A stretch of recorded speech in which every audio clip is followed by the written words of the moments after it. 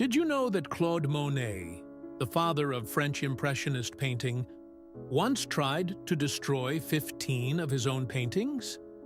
Imagine the sheer frustration, the artistic despair that would drive an artist to take a knife to their own creations, especially when those creations would eventually be worth millions. It's a shocking thought, isn't it? But it reveals a passionate, often tormented soul, driven by an unyielding pursuit of capturing light and emotion on canvas. Today, we're going to journey through the fascinating life of this revolutionary artist, exploring his unique styles, personal struggles, and the profound impact he had on the world of art. Monet's early life was far from the idyllic scenes he would later paint.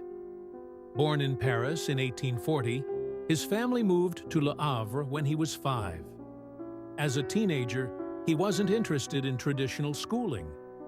His notebooks were filled with caricatures of his teachers and townspeople, earning him a local reputation. He'd even sell these witty drawings for 20 francs apiece. This early talent for observation, for capturing the essence of a person with a few deft lines, was a prelude to his later mastery of light and atmosphere. It was in Le Havre that he met Eugène Boudin, a landscape painter who became his mentor. Boudin encouraged Monet to paint on plein air, outdoors, a radical idea at the time. Artists typically sketched outside and then completed their paintings in the studio. But Boudin insisted on capturing the fleeting effects of light and weather directly on the canvas. This was a pivotal moment for Monet, shaping his entire artistic philosophy.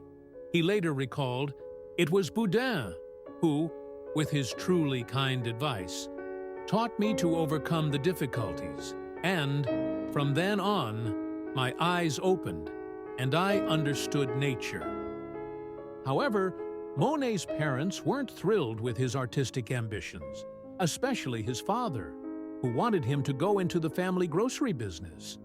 When Monet received an exemption from military service for a fee, his father refused to pay it, hoping to force him into a more respectable career. This led to a difficult period, and Monet eventually enlisted in the Chasseurs d'Afrique in Algeria. Luckily for art history, he contracted typhoid fever after a year and was discharged, returning to Paris with an even stronger resolve to paint. Back in Paris, Monet studied at the Académie Suisse, where he met Camille Pissarro, and later at Charles Glaire's studio, where he befriended Pierre-Auguste Renoir, Alfred Sisley, and Frédéric Bazille. This group of young artists, all chafing against the rigid conventions of the French art establishment, would become the core of the Impressionist movement.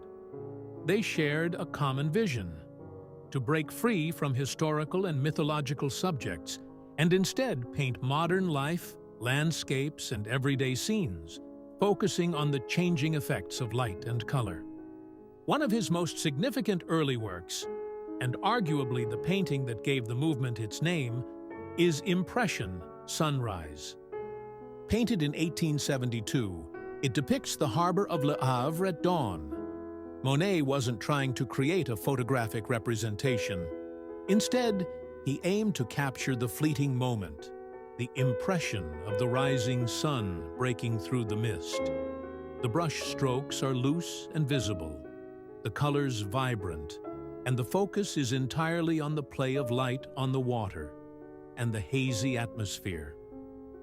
When it was exhibited in 1874 at the first Impressionist exhibition, a critic derisively called it impression, and the name stuck, initially as an insult, but ultimately as a badge of honor for the revolutionary group.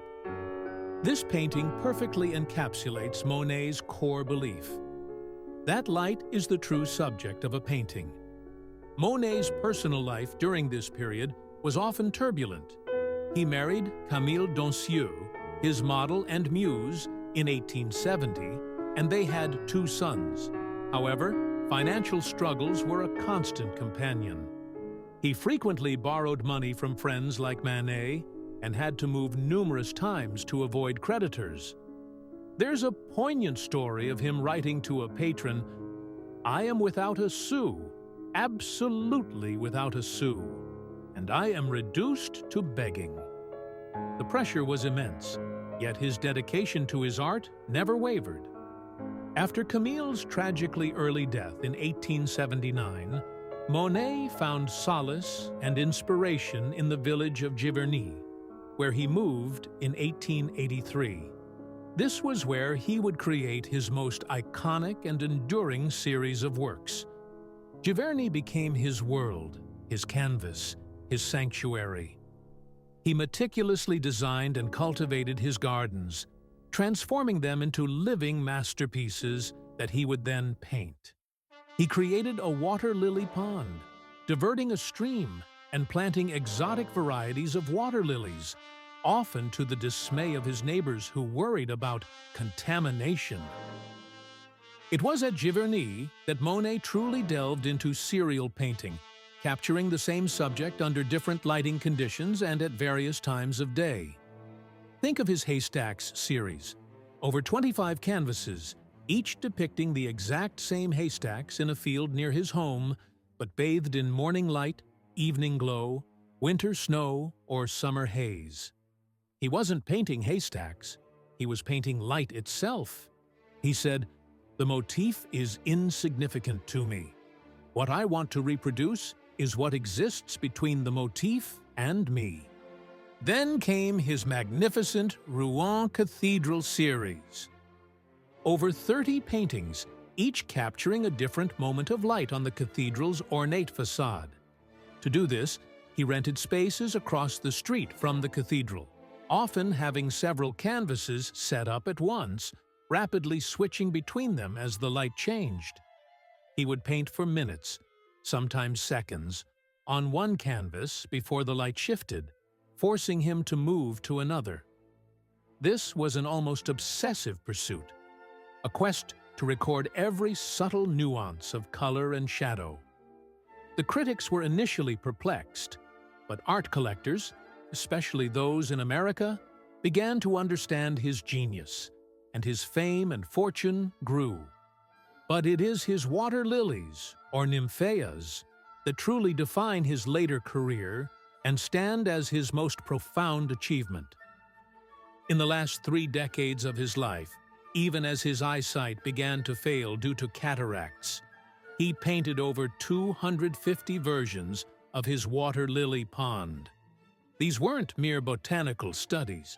They were explorations of the surface of the water, the reflections of the sky and trees, the shimmering interplay of light and shadow, and the infinite variations of color.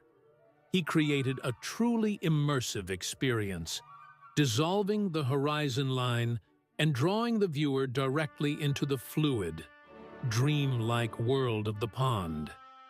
Imagine the dedication, the sheer stubbornness of a man, nearly blind, still painting, still striving to capture the ineffable beauty of light. He underwent 2 cataract surgeries in 1923, a risky procedure at the time, which temporarily restored some of his vision, but also distorted his perception of colors. He even complained that he now saw blues and purples where there should have been other colors, leading him to destroy some paintings he felt were ruined. This brings us back to that initial shocking fact, his willingness to destroy his own work in pursuit of his artistic vision. Monet's influence is immeasurable. He not only co-founded Impressionism, but also pushed its boundaries, paving the way for abstract art. His obsession with light and color, his commitment to capturing fleeting moments, and his dedication to serial painting profoundly changed how artists saw the world and how they represented it. He taught us to truly see the world around us, not just its forms, but its atmosphere, its vibrancy, its constant state of flux. Monet died in 1926 at the age of 86, leaving behind a legacy that continues to inspire and enchant.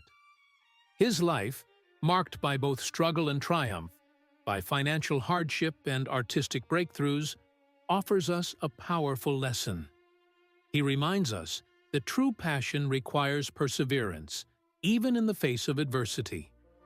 He shows us the importance of observation, of finding beauty in the everyday, and of daring to see the world through our own unique lens.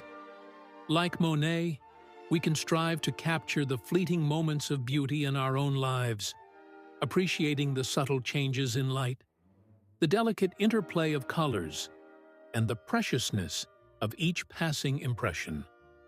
By doing so, we not only enrich our own lives, but also learn to truly connect with the world around us.